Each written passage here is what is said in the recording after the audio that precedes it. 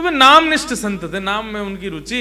एक दिन वो रोज ब्रजवासियों के यहाँ जाते थे और आटे की भिक्षा लेके आते थे, और आटा ला करके उसमें यमुना जल मिला के उसको गूंद के उसी का टिक्कर बना के पका के बढ़िया प्रेम से ठाकुर जी के नाम रूप को ही स्मरण करके उसका भोग लगा के रूखे आटे की रोटी टिक्कर ही पाते थे। ये उनकी सेवा, और वो भी इसलिए पाते थे ताकि इतना मिल जाए ताकि जासे मैं भजन कर सकूं। लेकिन वो जिस मैया के यहाँ जाते थे नित्य सेवा के लिए, वहां पर ठाकुर जी को मदन मोहन स्वरूप विराज रहे हो। आज भी हैं मदन मोहन लाल जी। मदन मोहन स्वरूप को भाव आयो कि इन बाबा से सेवा स्वीकार करनी है। और ये लाल जी की बड़ी लीला है, जाए सेवा को ABCD भी ना आवे, वाकई यहां से सेवा ले लें। जैसे कि मैं मौसों बिल्कुल सेवा ना आती, एक समय की बात पर। आज बंधुओं संवाद चल रहा है, अब एक आध घंटा में तो जानो ही है, तो फिर अब क्या शुरू करूं, इसलिए बात वार्ता ही कर लें हम। इनकी सेवा मुंह पे आती नहीं, श्रृंगार कैसे होता है मैं जानता ही नहीं था। अच्छा एक बात और, बड़े स्वरूप का श्रृंगार करना बहुत आसान है। हाँ वो तो दिखता है ना दूर से कि हाँ नेत्र पास हैं, ठाकुर जी कुंडल सुंदर लग रहे हैं, और उसमें पूरे हाथ चलते हैं। इनके सेवा में उंगली चलती हैं, और यहां से यूं ऐसे, कैसे हो सेवा, खुद ही करवाई इन्होंने। ऐसे ही वो बाबा पे मन आ गयो, भिक्षा लेवे के लिए आए, सो मैया ने आटे की भिक्षा दे दी, बाबा जैसे चले गए, सो रात्रि में मैया के स्वप्न में ठाकुर जी प्रकट है गए, रोने लगे। मैया बोली लाल जी कहा भय हो, मैंने सेवा में कोई अपराध कियो? बोले ना मैया मैं बड़ो प्रसन्न हूँ आपकी सेवा से, लेकिन मेरो मन है रहो। कहा वो जो बाबा रोज भिक्षा लेवे आवे ना, मुझको उनसे सेवा लेनी है। मैया बोली तो आज्ञा करो। बोले आज्ञा यही है, कल वो आमे तो उनको भिक्षा के रूप में मुँह दे दियो, मैं उनके संग चलो जाऊंगा। मैया बहुत रोई, मेरी सेवा में कोई कमी? लाल जी बोले मैया तेरी सेवा पूर्ण है गई, मैं तो नित्य रहूंगा, तू तो कल चली जाएगी, मैं तो नित्य विराजे वाला हूं, मैं अपनी आगे की व्यवस्था कर रहा हूं, तो को तो कछु दिना में चलो जानो है, मैं कहां सेवा करवाऊंगा अपनी, तो मुझको बाबा को दे दे। मैया बोली मेरा तो मन न माने, आप मेरे हृदय हैं। बोले प्रभु आप कृपा करो, मुझको उन्हीं को दे दो। दूसरे दिन बाबा जैसे पधारे, मैया रोती रोती गई, बाबा तुमने कहा कर दियो, कोई टोना टोटका कियो? बोले कहा मैंने कहा कियो मैया? अरे मेरो लाला रो रहा है, रात भर रोयो कि मुझको बाबा के पास जानो, उनके पास ही रहूंगा, उनसे सेवा लूंगा। मैया कहाँ है ठाकुर जी? बोले भीतर विराज रहे हैं। ठाकुर जी देखे, बोले आप रात्रि सपने में आज ठाकुर जी आवे तो कह दियो मुंह पे सेवा वेवा ना आवे, और ना मुंह पे जगह ने बिठावे की, सुलावे की, खिलावे की, मुंह पे कछू ना है। भोजन के नाम पे केवल या सूखे आटे में यमुना जल मिला के वही की टिक्कर बना के पाऊं मैं। अगर इनको स्वीकार हो, मेरी कुटिया में एक सी जगह बा में बैठनो स्वीकार हो, न सैन सैया है, कछू ना है मेरे पास, ये सब व्यवस्थाएं मेरी हैं, यदि इनको स्वीकार हो तो ले जाऊंगा, नहीं तो मैं अपनो नाम जप में ही प्रवृत्त रहूंगा।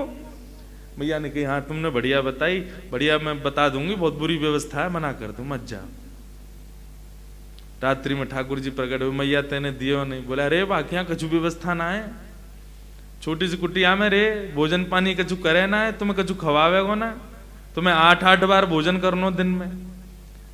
कल हमारी समधन कह रही है, इतने बड़े बड़े उनके सामने, श्रीनाथ जी के सामने वो हमें मोहन थार, सागर और एकाद नाम है भर भर के हमें। गोवर्धन पूजा पे तो नियम है जब तक ठाकुर जी की नाभि ना ढक जाए, इतना ऊंचा ऊंचा भोग लगाओ ठाकुर जी के आगे, कितनों खावे, फिर वो या को पेट ना भरे, 8-8 बार पावे दिन में, खावे को बड़ो प्रेमी। बोले तुम इतना खाओ, बाबा कैसे खवावे को? बोले मैया चाहे कछु नहीं खवावे, चाहे मुंह को एक कोने में रखे, मुंह को नवावे धुआवे ना, लेकिन मुंह को वहां से सेवा चाहिए, वहां की सेवा में सुख मिले। मैया बोली तुम्हें जानो है तो तुम कैसे जाओगे? दूसरे दिन बाबा आए, बाबा इन्हें कोई व्यवस्था ना चाहिए, कछु ना चाहिए, यूं कह रहे हैं जैसे बाबा रखेगा वैसे रह लूंगा, लेकिन रहूंगा उन्हीं के पास। बाबा बोले ठीक है लाओ दो।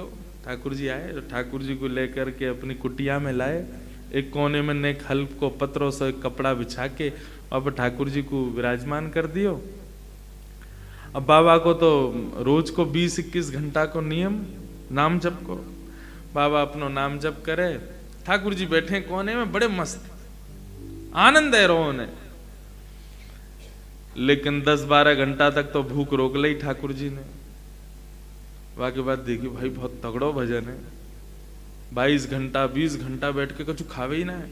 20 घंटा बाद भजन करने के बाद उनको ने थोड़ी नींद आई तो थोड़े सो गए।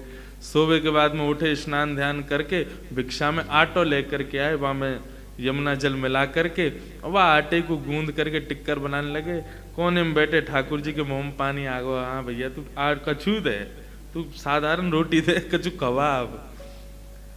ठाकुर जी के सन्मुख एक पत्तल लगा करके वापस सूखी रोटी केवल जो वो बनाते ठाकुर जी के सन्मुख पधरा दी। जैसे ही ठाकुर जी के सन्मुख पधराई है, ठाकुर जी ने प्रेम से पाए हो।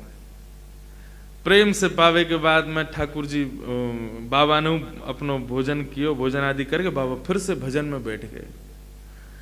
जैसे ही भजन में बैठे तो 5-10 घंटा बाद ठाकुर जी प्रकट भये और प्रकट होकर के वाके हृदय में कहने लगे, बाबा मोको तुम्हारी सेवा में खूब आनंद आ रहा, तुम्हारी कुटिया में खूब सुख मिल रहा, सब बहुत सुखी है रहूं मैं, लेकिन बाबा मैं बस इतना निवेदन कर रहा हूं कि आप आटो तो लेके आओ ही हो, नेक नमक और लिया करो। वह आटे में नेक नमक डाल दोगे तो नेक तो स्वाद आवेगो। अच्छा तो कल से मैं आटो लाऊं नमक लाऊं? बोले हाँ बस इतना कर लो, या तो ज्यादा हमें नहीं चाहिए सेवा में, बस इतना कर लो। बाबा बोले ठीक है। अब सबके यहाँ गए आटो लेवे के काजे, तो बोले कि नेक नमक और दो। बोले बाबा जीव में चटोरोपन आने लगो। बोले हमने हमारे ना आयो, एक आ गयो चटोरो घर पे, वाके काजी चाहिए। लाए आटो लेके वहां में बढ़िया नमक वमक मिला करके सुंदर वाकी टिक्कर बना के ठाकुर जी के सामने जैसे ही पधरायो, प्रेम से ठाकुर जी ने पायो। पाने के बाद में बाबा अपना भजन करवे बैठ गए। 2-4 दिन ठाकुर जी कुछ नहीं बोले, 2-4 दिन तक बाबा यही नमक रोटी खवावे। 4 दिन बाद ठाकुर जी फिर से आ गए। बाबा अब का भयो? बाबा सब ठीक है, एक आलू और लिया करो। वह आलू को उबाल के या फिर भून के वहां में बढ़िया नमक डाल के एक चटनी सी है जाए तो रोटी निगलवे में सुख मिलेगा। तुम तो केवल रोटी आटे की बढ़िया वहां में आटे और नमक की रोटी खवाए तो बात कहाँ सुख मिले? बोले हम तो पहले ही कह रहे थे हमारे यहाँ कुछ नहीं। बोले बाबा यहाँ में कुछ और करना, थोड़ी एक आलू ले आओ बस, तुम मत खाइयो मुँह खवाए दे करो। बाबा बोले ठीक है। दूसरे दिन गए तो फिर भिक्षा में आटो भी लाए, नमक भी लाए, आलू भी लाए। भून के आलू बाबा ने बढ़िया वाकू मीण करके चटनी बनाई और ठाकुर जी के सन्मुख पधराई। ठाकुर जी प्रेम से भाई 2-4 दिन कुछ नहीं बोले, बढ़िया आनंद आया। अब 2-4 दिन बाद ठाकुर जी फिर से प्रकट भये। बाबा बोले अब का है गो? बोले अब रोटी भी बढ़िया है, चटनी भी ठीक है, बाबा कोई दिक्कत ना है, बस एक निवेदन हो। कहा सूखी रोटी ना निगलवे में गले में इर्ज जाए तो ने घी चुपड़ दे करो। कल सेवा में जाओ तो एक कटोरी घी ले आई हूं।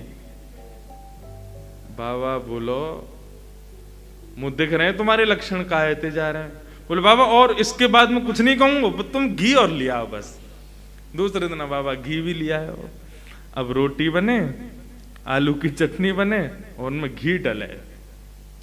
ठाकुर जी प्रेम से 10-15 दिन कछु नहीं बोले। एक दिन ठाकुर जी फिर प्रकट भये। जैसे ही प्रकट भये बाबा ने अपनी माला छोड़ी, ठाकुर जी उठाए वह मैया के यहाँ ले गए, ले धल्ले आए। बार बार आ जाए और आके कभी म्यों लिया, कभी आए लिया, कभी वाय लिया। मुंह पे ना होगी मेरो नाम छूट तो जा रहा है। जैसे ही ठाकुर जी बाबा मैया को देने लगे, ठाकुर जी दौड़ करके बाबा के गले से लिपट गए। बाबा तुम जैसे रखोगे रहूंगा, लेकिन रहूंगा तुम्हारे पास, अब ना जाऊंगा कहीं।